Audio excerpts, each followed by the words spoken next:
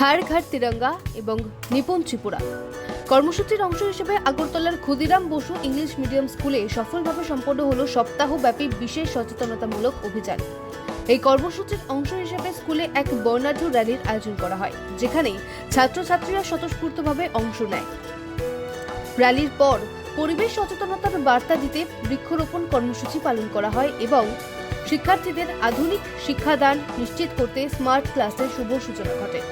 7 দিন ব্যাপী এই বিশেষ উদ্যোগে ফাউন্ডেশনাল লিটারেসি ও নিউমারেসির পাশাপাশি শিক্ষার্থীদের মৌলিক শিক্ষা, সৃজনশীলতা, আত্মবিশ্বাস ও জীবনমুখী দক্ষতা বৃদ্ধির উপর বিশেষ জোর দেওয়া হয়েছে। আমাদের বিদ্যালয়ে প্ল্যান্টেশন ড্রাইভ এবং প্লাস্টিকের উপর সেমিনার এবং বাচ্চাদের মধ্যে এই যে অ্যাওয়ারনেস করার জন্য এই কর্মসূচি নেওয়া হয়েছে এবং পাশাপাশি এই উদ্যোগটা যে বাচ্চাদের নিউমেরেসি এবং লিটারেসির উপর আর একটু বেশি জোর দেওয়া হয়েছে, যেটা আমাদের যে টার্গেট, আমরা যাতে আমাদের বাচ্চাদের সেরকমভাবে ফাউন্ডেশন দিয়ে তুলতে পারি, সেটার একটা উদ্যোগ নেওয়া হয়েছে। বাচ্চাদের মধ্যে অ্যাওয়ারনেস ক্যাম্পিংয়ের ব্যবস্থা করা হয়েছে এবং তাদেরকে আমরা প্ল্যান্টেশনের যে ইম্পর্টেন্স সেগুলো নিয়ে আলোচনা হয়েছে, একটা র্যালি হয়েছে এবং পাশাপাশি আমরা এই যে ডিজিটাল ক্লাস, এই ডিজিটাল ক্লাসের উদ্যোগেও বাচ্চাদের মধ্যে আমরা অ্যাওয়ারনেস করেছি।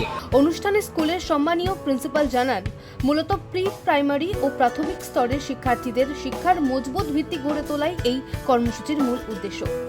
নিপুণ in literacy, Nipun in numeracy এবং নিপুণ ইন লাইফ, এই 3টি মূল স্তম্ভকে সামনে রেখে আয়োজিত এই কার্যক্রমের মাধ্যমে শিশুদের পড়াশোনার পাশাপাশি চিন্তাশক্তি ও দৈনন্দিন প্রয়োজনীয় দক্ষতা বিকাশের বার্তা দেওয়া হয়েছে।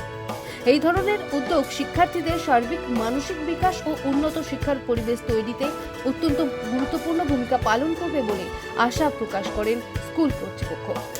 ত্রিপুরা থেকে দেবাশিস বোসের রিপোর্ট, সিএন ত্রিপুরা।